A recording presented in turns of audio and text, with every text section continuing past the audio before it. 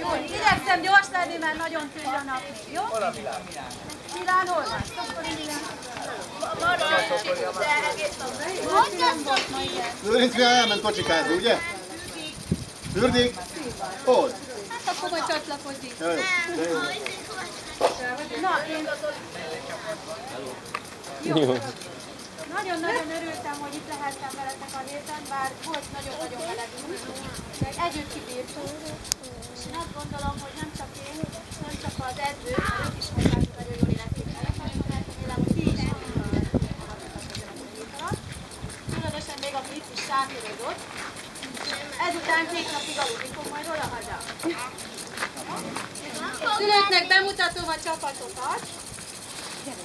Gábor edző csapata, Zalán FC, egy üdvívagás, kérek szépen 1, 2, 3.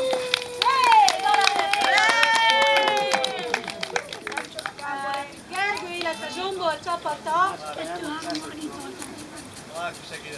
Jaj, bocsánat, Márk segédedzővel, igen.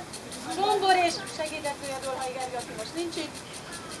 A Real Margit csapata volt a héten, egy kiáltást kérek szépen. 1, 2, 3.